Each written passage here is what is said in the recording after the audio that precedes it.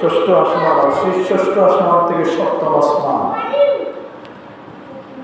আল্লাহ রাব্বুল আলামিন মসজিদে হারাম থেকে সফর করে নিলেন মসজিদে আকসা, মসজিদে আকসা থেকে ভ্রমণ করে নিলেন সাত আসমান।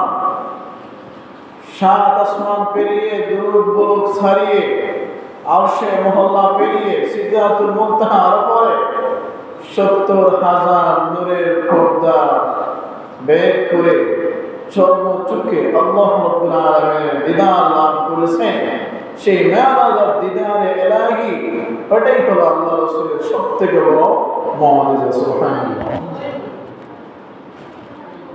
যেদিন হুজুরের পর নূর সাল্লাল্লাহু আলাইহি ওয়াসাল্লাম দিদারে ইলাহি নসিব হয়েছিল, যেই দিন মেরাজে রজনীতে গিয়েছিলেন, সেই সময় আল্লাহ রাব্বুল আলামিন তার প্রিয় হাবিবকে, তার প্রিয় বন্ধুকে, তার বন্ধু খুশি থাকার জন্য কিছু নিয়ামত স্বরূপ দান করলেন। যেমন রাসূল সাল্লাল্লাহু আলাইহি ওয়াসাল্লাম মেরাজে রজনীতে প্রত্যেকটা জায়গায় গিয়েছেন, ভ্রমণ করেছেন, জায়গায় জায়গায় গিয়েছেন। রাসূলুল্লাহ কান্না করছিলেন আর বারবার একটাই দোয়া করছিলেন, ও আল্লাহ, আমাকে আপনি এত দূর এনেছেন, আপনি আমাকে এতটুকু মেরাজ করাইলেন, এত সুন্দর জায়গা, এত দামি জায়গা, সেই দামি জায়গা ভ্রমণ করা, সফর করা যে মর্যাদা, আমার উম্মত কি সেই মর্যাদা লাভ করতে পারবে? একটা একটা জায়গা করে আমার রাসূল সাল্লাল্লাহু আলাইহি ওয়াসাল্লাম ৭০টি জায়গা ভ্রমণ করেছিলেন। আর সেই সময় আল্লাহ রাব্বুল আলামিন বললেন, হাবিব, আমি আপনাকে মেরাজ রজনীতে এনে দিদারে ইলাহি লাভ দিয়েছি, আপনি কান্না করলেন আপনার উম্মতের জন্য, এত দূর আসার পরেও আপনি আপনার উম্মতকে বলেন নাই, এত মর্যাদাপূর্ণ জায়গাতে আসার পরেও আপনি আপনার উম্মতের কথা বলেন নাই। অতএব আমি আপনার উম্মতের জন্য একটা কাজ দিলাম, একটা মর্যাদা দিলাম, এইটা যদি তারা পালন করতে পারে, আপনি যেমন মেরাজের রজনীতে আসলেন, ওই রকম ভাবে আপনার উম্মতের জন্য আমি নামাজ দিলাম, 50 ওয়াক্ত থেকে 5 ওয়াক্তে আসলো। যদি কোনো বান্দা, আপনার কোনো উম্মত একটা ওয়াক্ত নামাজ পড়ে, সেই মেরাজের সফর আদায় হয়ে যাবে। সুবহানাল্লাহ। আবার বললেন, হাবিব, আপনি যেমন ৭০টি জায়গায় ভ্রমণ করেছিলেন, প্রত্যেকটা জায়গায় জায়গায় উম্মতের জন্য কান্না করছিলেন, অতএব আমি আল্লাহ রাব্বুল আলামিন আপনার উম্মতের জন্য 5 ওয়াক্ত নামাজের মধ্যে 17টা ফরজ নামাজ, 17টা রাকাত রেখে দিলাম। 5 ওয়াক্তে ফরজ নামাজ হয় 17 রাকাত। কোন উম্মত যদি 17টি রাকাত ফরজ নামাজ আদায় করতে পারে, আপনি যত 17টি জায়গায় আপনার সব শরীরে এসে সফর করলেন, আর আপনার উম্মতেরা সেই 17টি রাকাত নামাজ পড়ে 17টি জায়গায় মেরাজ করার সওয়াব পেয়ে যাবে। সুবহানাল্লাহ। এই সুযোগ আগে ছিল না।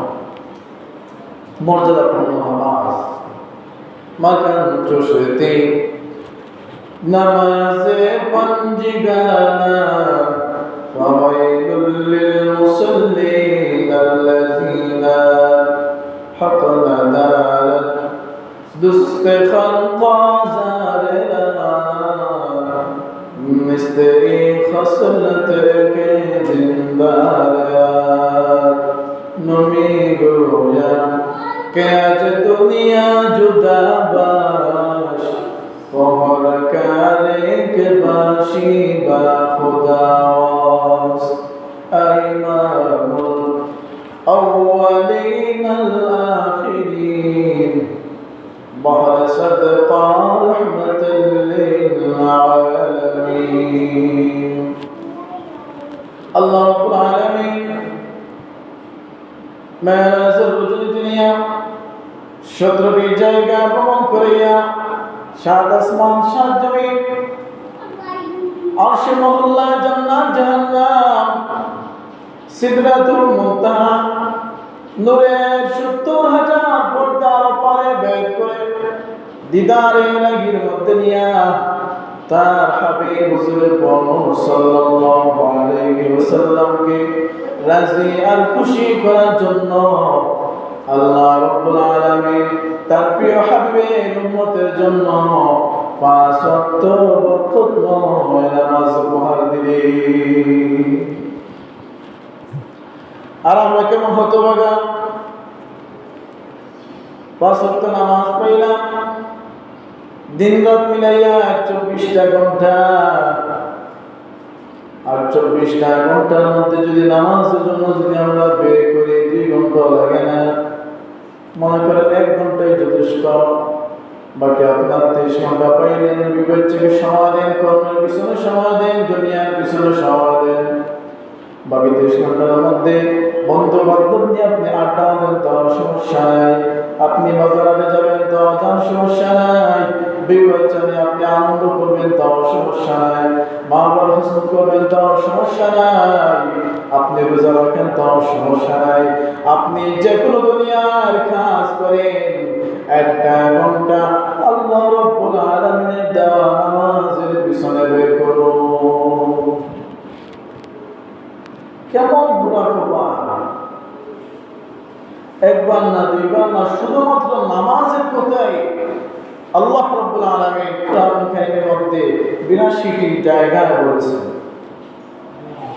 1 বার 2 বার না, 1-2 জায়গায় না, 82 বার 82 জায়গায় আলাদা আলাদা বিভিন্ন বিভিন্ন সময় বিভিন্ন জায়গায় বিভিন্ন কায়দা বিভিন্ন রকমে আল্লাহ রাব্বুল আলামিন নামাজের কথা বলেছেন। এতবার আর কোনো কিছু কথা বলেন না। সাধারণত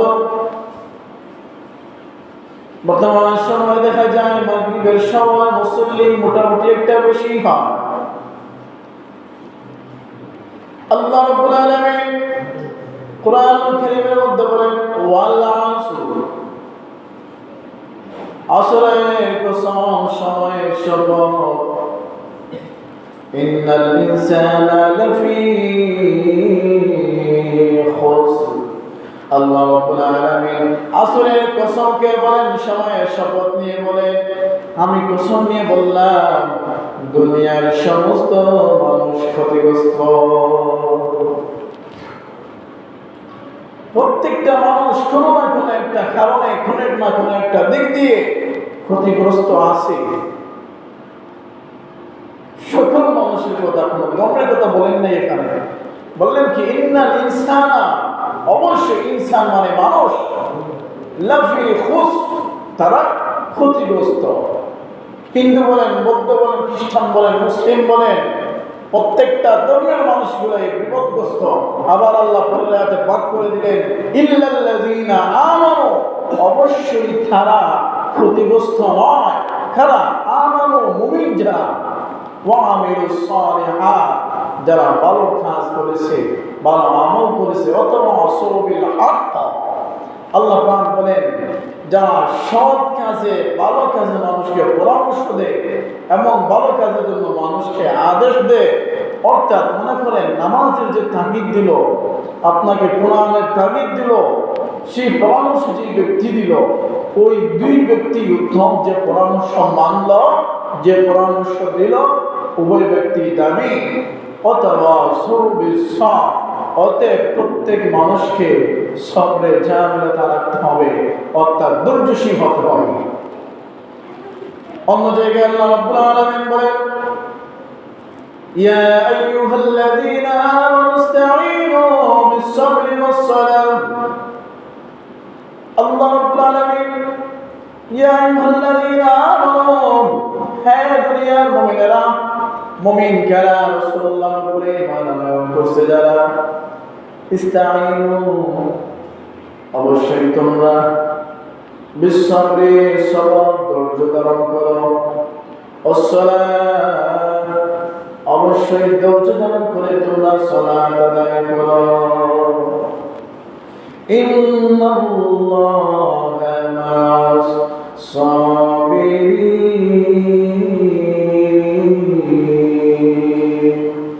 আল্লাহ রাব্বুল আলামিন বলেন, ইন্নাল্লাহা মা'আস সাবিরিন, অবশ্যই ধৈর্যশীল বান্দার সাথে আমি আল্লাহ রয়েছি। যাদের অন্তরের মধ্যে ধৈর্য আছে, অন্তরের মধ্যে সবর আছে, অবশ্যই আমি আল্লাহ তাদের সাথে আছি, তাদের সঙ্গে আছি, কোনো ভয় নেই, ডর নাই। অতএব অন্তরের মধ্যে আপনি সবর রাখুন। যত বড়ই মুসিবত, যত বড়ই পরীক্ষা আসুক, আল্লাহ বললেন, পরে বললেন, ওয়ালানাবলুওয়ান্নাকুম বিশাইইন মিনাল খাউফি ওয়াল জু'i ওয়া নাকসিম মিনাল আমওয়াল ওয়াল আনফুসি ওয়াস সামারাত। আল্লাহ বলেন, বান্দা তোমাকে বিভিন্ন জায়গায় বিভিন্ন রকম ভয় দেখাবো, তোমাকে খিদা দিয়ে পরীক্ষা নেব, বিপদ দিয়ে তোমার পরীক্ষা নেব, তোমার উপরে মুসিবত দিয়ে তোমার পরীক্ষা নেব, তোমার মা বাবা তোমার থেকে কেড়ে নিয়ে তোমার পরীক্ষা নেব, তুমি বয়সে বড়, তোমার বয়স ছোট ভাইকে তোমার থেকে কেড়ে নিয়ে তোমার পরীক্ষা নেব, তোমার বিবিকে হঠাৎ করে দুনিয়া থেকে চলে যাব, অতএব তোমার বিবির জন্য তোমার জন্য এটা পরীক্ষা। তোমার ছেলে দুনিয়ার জমিনে আসার পরে নিঃশ্বাস ছাড়তে পারলো কিনা তাকেও কেড়ে দিলাম। অবান্দা এটা তোমার জন্য পরীক্ষা। অবশ্যই সাবিরিন, অবান্দা তুমি অবশ্যই সবর করো। ধৈর্য অনেক বড় সম্পদ। নামাজ পড়েন, তার আগে ধৈর্য রাখুন। অনেক সময় কোন ব্যবসায়ীকে যদি বলেন, ভাই আপনি দোকান বন্ধ করে নামাজে যান না কেন, ওই ব্যক্তি ডাক দিয়ে বললে, হুজুর দোকান রেখে যাওয়া যায় না। ওই সময় মানুষ বেশি হয়, বেশি না। সৌদি আরবের কথা দেখেন, কেউ কেউ শুনছেন, কেউ কেউ দেখছেন, শুনলেই হয়েছে, দেখলেই হয়েছে, কথা কিন্তু বাস্তব। সৌদি আরবে যখন আজান হয়ে যায়, দোকানের মধ্যে যত বেশি মানুষ হোক না কেন, কাস্টমার হোক, দোকান বন্ধ, এক পয়সাও বিক্রি করা হয় না। হাইয়া আলাস সালাহ, নামাজের ডাক চলে আসছে, আর কিসের ব্যবসা? আপনি কোটি টাকার কারবার করেন, ব্যবসা করেন, এত বড় বড় ব্যবসায়ী গিয়া জিজ্ঞাসা করেন, ভাই আপনার কেমন অবস্থা? বললো, অবস্থা তেমন বলা নাই, সব কিছু হয়ে গেছে ব্যবস্থা। কেন? বলে শান্তি নাই, বাইরে শান্তি নাই, ব্যবসার উন্নতি নাই। ব্যবসা তো ভালোই চলে, মার্কেট তো ভালোই আছে, কিন্তু আয় উন্নতি নাই। কারণটা কি? আয় উন্নতি হবে কি করে, ভালো হবে কি করে, আর শান্তি থাকবে কেমনে? এত টাকা তুমি পাই না, আর এত টাকা তুমি ব্যবসা করলা, কারবার করলা, কিন্তু যিনি দিলেন তাকে তো তুমি মনে করলা না। একবার তার নামাজের মধ্যে দিলে না, কুদ্দুতি কদমে সিজদাও দিলে না, তোমার শান্তি আসবে কি করে? ব্যবসা করা সুন্নাত আর নামাজ পড়া ফরজ। আগে ফরজ, পরে সুন্নাত। অতএব আল্লাহ রাব্বুল আলামিন তাগিদ দিয়ে বলেন, দুনিয়ার মুমিনেরা, মুসলমানেরা, তোমরা নামাজ পড়বা অবশ্যই, কিন্তু ওই নামাজ সব থেকে বেশি আদায় করবা, মিস দেওয়া যাবে না। যে নামাজটা মধ্যবর্তী সময়, অর্থাৎ মধ্যখানের ওয়াক্ত যেটা হয়, সেই ওয়াক্তের নামাজ মিস দেওয়া যাবে না। মধ্যম নামাজ কোন ওয়াক্ত? আসরের নামাজ। আসরের আগে আছে জুহর আর ফজর, আসরের পরে আছে মাগরিব এবং ইশা। মধ্যখানে শুধুমাত্র আসরের নামাজ আছে। সেই মধ্যখানের নামাজ তোমরা বেশি বেশি পালন করবা, আদায় করবো। এখন দেখা যায় মাগরিবের নামাজ নাই, আসরের নামাজ নাই, ইশার নামাজ নাই, ফজরের তো মুসল্লি নাই। এখন কয়েকদিন থেকে তো মুসল্লি কয়েকদিন দেখলাম একজন মাইকে এলান করে একটি হারানো বিজ্ঞপ্তি, আমাদের রমজান মাসে কিছু মুসল্লি হারিয়ে গেছে, রমজানের পরে আর মুসল্লি পাওয়া যায় না। যদি বাজার ঘাটে পেয়ে থাকেন একটু ভালো মানুষের একটু সন্ধান দিবেন, মুসল্লি পাওয়া। রমজান মাসে মানুষ মোটামুটি নামাজ পড়তো, রমজান চলে গেল আর মানুষ হারিয়ে গেল, মুসল্লি আর খুঁজে পাওয়া যায় না, মাইকিং করে পাওয়া যায় না। নামাজের প্রতি তো অবহেলা। আপনি মনে করেন অন্য কোনো একটা কাজে, মনে করেন আপনার কাজে কোনো একটা মানুষ রাখছেন, আর সেই মানুষটা যদি আপনার কাজে গাফিলতি অবহেলা করে, আপনি হয়তো তার বেতন দিতে একটু কাট করবেন, বেতন কমিয়ে দিবেন, না তাকে একটু শাসন করবেন, দমন দিবেন। এরকম অবহেলা করলে হবে না। তুমি তো সাধারণ দুনিয়ার তুচ্ছ কোনো একটা মালিক, আর তুমি তো একজন গোলাম। আর তোমার যে মনিব, সেই মনিব তো তোমাকে দমক দেয় নাই, তোমার মনিব তো তোমার থেকে কোনো কিছু খেলেও দেয় নাই, তোমার মনিব তো তোমাকে সব কিছু দিয়েছে। তোমার যদি কর্মচারী যদি কাজের মধ্যে অবহেলা করে, তাহলে তুমি কাটতে পারো খুব সহজে। আর তুমি তোমার মনিবের নামাজ পড়ো না, তোমার হায়াত তো কাটেন নাই, রিসিপ্ট বন্ধ করেন নাই, তুমি তো সবকিছু ভালোই পাইলা। নিজের বেলায় শুবা না, অন্য বেলায় চাইলা না, রাষ্ট্র কি অভাব। নিজের মতলব সবাই বুঝি, অন্যের মতলব আর প্রয়োজনই বুঝি। একবার চিন্তা করো, আমাদের মানুষের মধ্যে আমরা যদি আমাদের মা বাবার সাথে খারাপ আচরণ করি, কিংবা আপনাদের সন্তানের আপনাদের সাথে যদি খারাপ আচরণ করে, তখন মনের মধ্যে কেমন আক্ষেপ লাগে, দুঃখ লাগে। সারা জীবন ওই সন্তানের জন্য অবক্ত পানি করে দিলাম, আর সেই সন্তান আজকে আমার সাথে এত খারাপ ব্যবহার করলো, কেমন কষ্ট লাগে মিয়া। আর তোমার কি একবার মাথার মধ্যে আসে না, ওই সন্তান যদি একটু খারাপ ব্যবহারের জন্য এত কষ্ট লাগে, আর আমি তো দিনের পর দিন, বছরের পর বছর চলে যায়, একটু তো ঠিক মতো নামাজ পড়ি না, তাহলে কি আমার মনিবের খারাপ লাগে না? আবার অনেক সময় দেখা নামাজ পড়ে না বলে আমার ইমান তো টাটকাই আছে, কেমন খোলাঙ্গা। সমাজের অভিশপ্ত কি করা? অতএব 5 ওয়াক্ত নামাজ এক ওয়াক্ত দৈনন্দিন পড়েন। যখন 5 ওয়াক্ত পড়েন না, এক ওয়াক্ত পড়েন।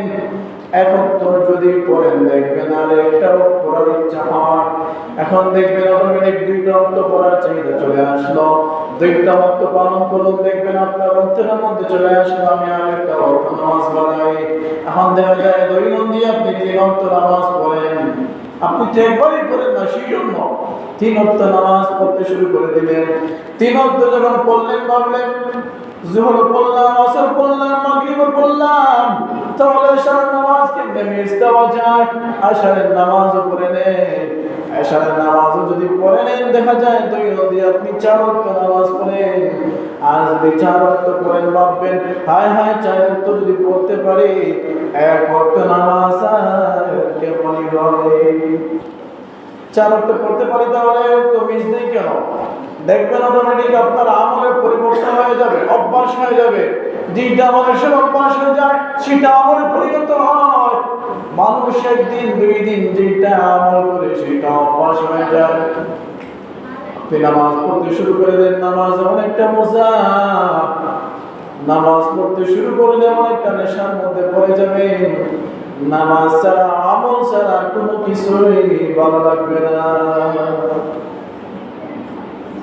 আল্লাহ রাব্বুল আলামিন নামাজের মধ্যে অফার রাখলেন। শুধুমাত্র হযরত মুহাম্মদ সাল্লাল্লাহু আলাইহি ওয়াসাল্লাম বলেন, আমার কোন উম্মত যদি শুধুমাত্র আশার নামাজ আদায় করে রাত্রিবেলা নিরালা ঘুমায়, আমার ওই উম্মত শুধুমাত্র আশার নামাজ আদায় করার কারণে আল্লাহ রাব্বুল আলামিন অর্ধেক রাত দাঁড়াইয়া আল্লাহ রাব্বুল আলামিনের গুনাহ আলামিন সওয়াব দিয়ে দেন সুবহানাল্লাহ। আর ওই বান্দা যদি এশারের নামাজ পড়ে আবার যদি ফজরের নামাজ উঠে আদায় করে, এশার থেকে ফজর যতটুকু সময় আপনি ঘুমাইলেন, যতটুকু সময় আপনি কাটাইলেন, ওই সময় আপনি শুধুমাত্র ঘুমে কাটাইলেন, কিন্তু আল্লাহ রাব্বুল আলামিন ওই সময়টা বান্দা দাঁড়াইয়া সারা রাত আল্লাহর গোলামি করছে এমন ভাবে সওয়াব লিখে দিবে সুবহানাল্লাহ। আপনি আরামে ঘুমাইলেন, ফুলের বিছানায় ঘুমাইলেন, কেমন আরাম পাইলেন, কেমন মজা পাইয়া ঘুমাইলেন। ইব্রাহিম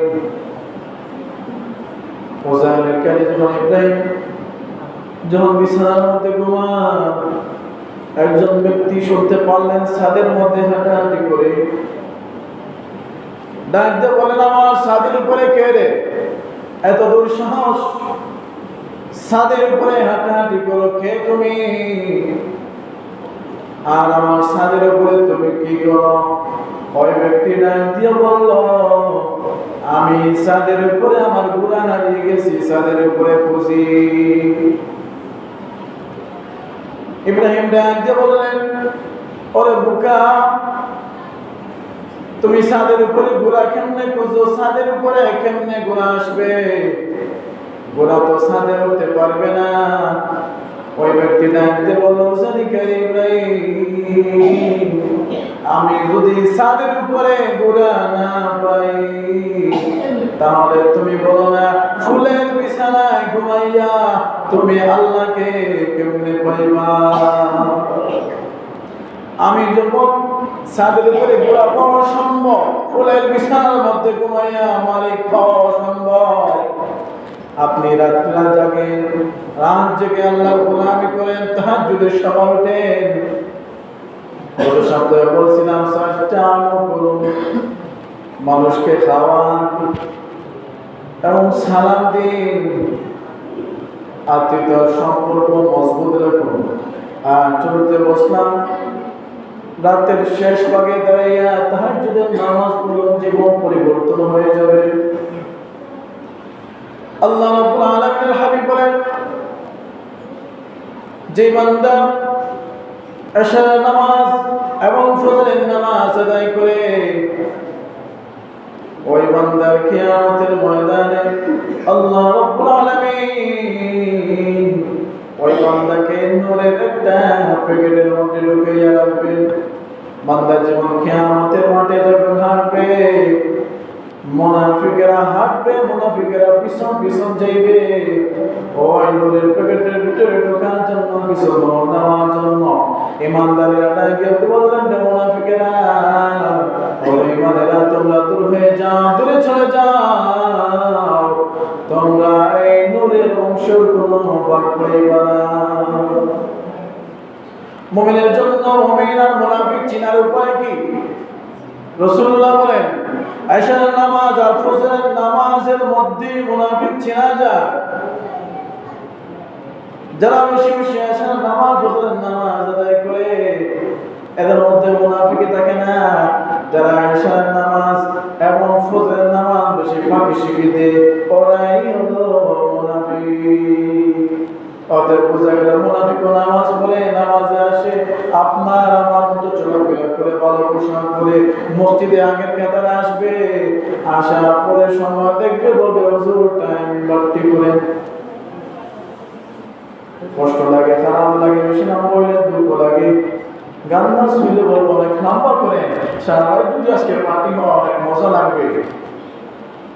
আর ভালো কাজে যা রাত বেশি হয়ে যাইতেছে, মানুষ কি ঘুমাবে না, ফজরের সময় উঠবে না, বাড়তি করে পারবে। আর সবাই যদি পার্টি হয়, গান নাচ হয়, ওইটা দ্রুত চলবে, তত ভালো মানুষ আর মানুষ পেয়েছে। এখানে আরেকটা ভালো পজিশন আছে, মনে করেন নির্বাচনের সময় আর বেশি সময় লাগেই না, ক্যান্ডিডেট যারা আছে তারা সময় আগেই তাকে ডাকুন। আপনি বলেন ভালো কাজের জন্য তাদেরকে ডাকুন, তাদের পিছনে ঘুরতে ঘুরতে ঘুরতে, হ্যাঁ ক্যান্ডিডেট তো সেরে যায় না, পিএসকে সালাম দিতে দিতে শেষ, জুতা আঁকড়ায় হয়ে যায়। কারোর লাগালি পাওয়া যায় না। দুনিয়ার মানুষের পিছনে আমরা সময় ব্যয় করতে খুব পছন্দ করি, মানুষের পিছনে সময় ব্যয় করতে অনেক আনন্দ লাগে। কিন্তু একবার চিন্তা করুন, আমরা যে মনিব আমাদেরকে দিলেন সেই মনিবের গোলামি করি কতটুকু?